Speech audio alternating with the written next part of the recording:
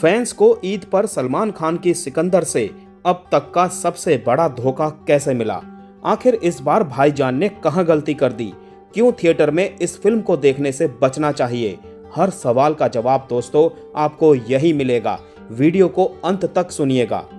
Actor Salman Khan की सिकंदर को दो तरीके से बेचने की कोशिश हुई। पहली बात रही गजनी के डायरेक्टर AR मुरुगदास ने निर्देशक की कुर्सी संभाली थी। दूसरी बात रही किक के प्रोड्यूसर साजिद नाडियाडवाला का साथ आना।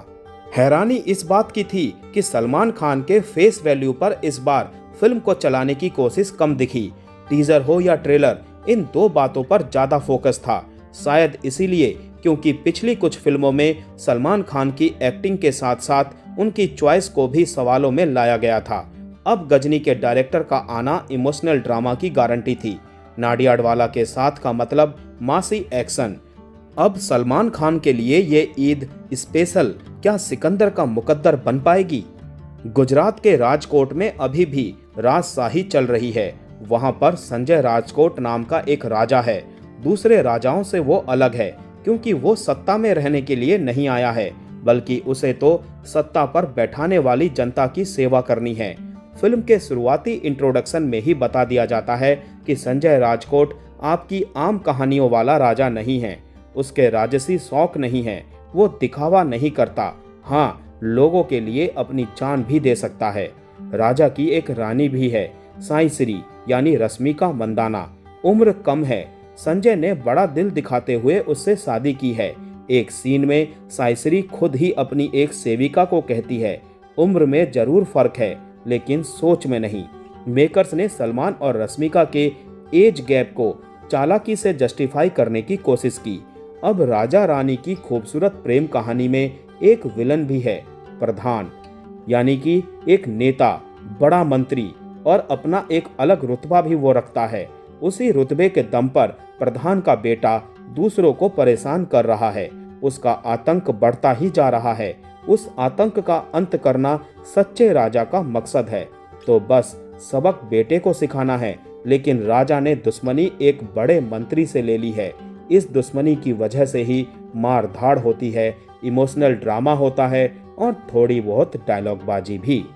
सिकंदर देखने से पहले सिकंदर के ट्रेलर का रिव्यू भी हम लोगों ने किया था।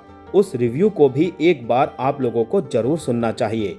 उस रिव्यू में हमने बताया था कि सिकंदर में कहानी के नाम पर कुछ भी नहीं है। सस्ती डायलॉगबाजी जरूर दिखाई दी थी। मन की एक आवाज ने अंदर से कहा, किसी भी चीज को उसके कवर से जज करना सही नहीं। एक बार ऐसा भी लगा कि कहीं सलमान खान के साथ हम कोई बड़ा अन्याय तो नहीं कर रहे। लेकिन कभी कभार जिसे कुछ लोग अन्याय मानते हैं, असल में वो सच्चाई का आईना दिखाने की कोशिश है। सलमान खान को भी आज वही सच्चाई का आईना दिखाना पड़ेगा। सिकंदर जैसी फिल्म ने एक बार फिर सलमान खान के कैरियर को बट्टा लगाने का काम किया है। इस फिल्म को देखने के बाद ना बड़े बजट वाली कोई फीलिंग आई है, ना मासी एंटरटेनमेंट वाला वादा पूरा हुआ है। एक्शन को माफी के साथ थर्ड क्लास बताना पड़ेगा। फिल्म का पहला हाफ बेइंतहा धीमा है। शुरुआत में तो ऐसा लगा कि शायद फिल्म में ड्रामा एलिमेंट डालने के लिए ये सब कुछ किया गया, लेकिन जैसे जैसे फिल्म आगे बढ़ी, असली निष्कर्ष ये रहा कि कुछ दिखाने के लिए था ही नहीं। एक सिंपल सा फंडा होता है। अगर मासी एंटरटेनमेंट फिल्म बना रहे हैं तो उसमें कई लाइट मोमेंट होंगे जो हंसाने पर मजबूर करेंगे, साथ में तगड़ा एक्शन दिखेगा।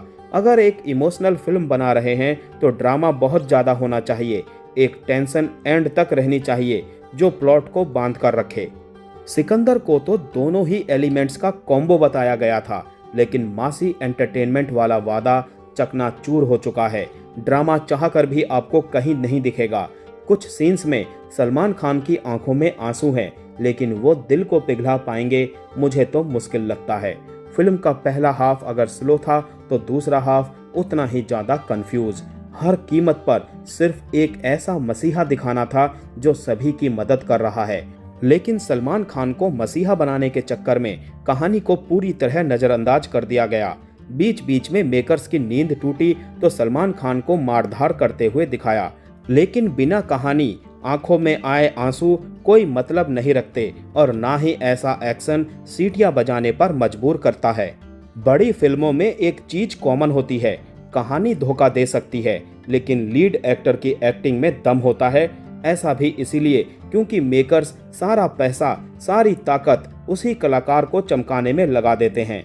लेकिन दोस्तों अफसोस, सिकंदर में ऐसा कुछ नहीं हुआ है। सलमान खान ने कुछ ऐसा नहीं किया जो अलग हो, जिसे देखकर लगे कि भाईजान ने तहलका मचा दिया हो।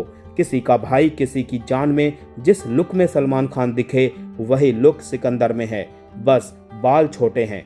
अब जब इतनी क्रिएटिविटी दिखाने की कोशिश हुई है तो इससे ज्यादा उम्मीद करना भी बेकार है। सलमान खान शुरू से ही संजय राजकोट के रोल में मिसफिट लगे। राजा वाली कोई वाइब दिखी ही नहीं। इसके ऊपर एक्शन सीन्स में उनकी अजीब सी वो स्माइल अभी भी कायम है। रश्मिका मंदाना को क्यों कास्ट किया गया, ये सवाल हम क्यों पूछें? मेकर्स को अपने दिल से खुद पूछना चाहिए। कोई स्पॉइलर नहीं दे रहे हैं, बल्कि एनिमल, पुष्पा और हाल ही में छावा जैसी फिल्म में दिखने वाली रश्मिका सिर्फ 20 से 25 मिनट के लिए स्क्रीन पर दिखी है। बात सिर्फ एज गैप की नहीं है, लेकिन सलमान और रश्मिका की केमिस्ट्री पूरी तरह बेमेल, बेदम और बेइंतहा पेशेंस का टेस्ट लेने वाली रही है।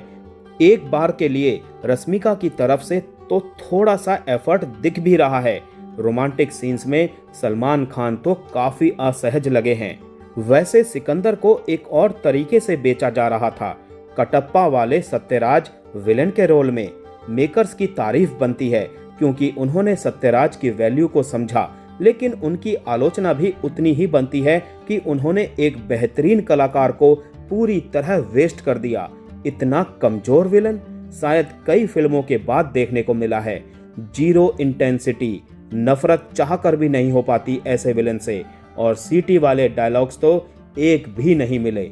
सिकंदर का सबसे बड़ा लूप होल तो ये भी रहा है कि मेन लीड बनाम मेन विलन वाला सीन ही पूरी तरह से फीका है।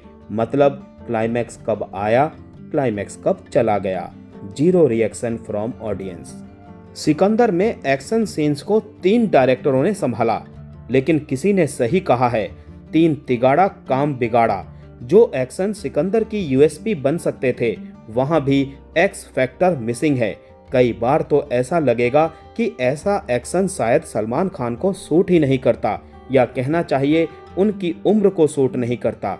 बड़ी स्क्रीन पर जब फिल्म देखेंगे, एक्शन सीन्स में आप लोगों को कुछ खामियां भी पकड़ में आएंगी।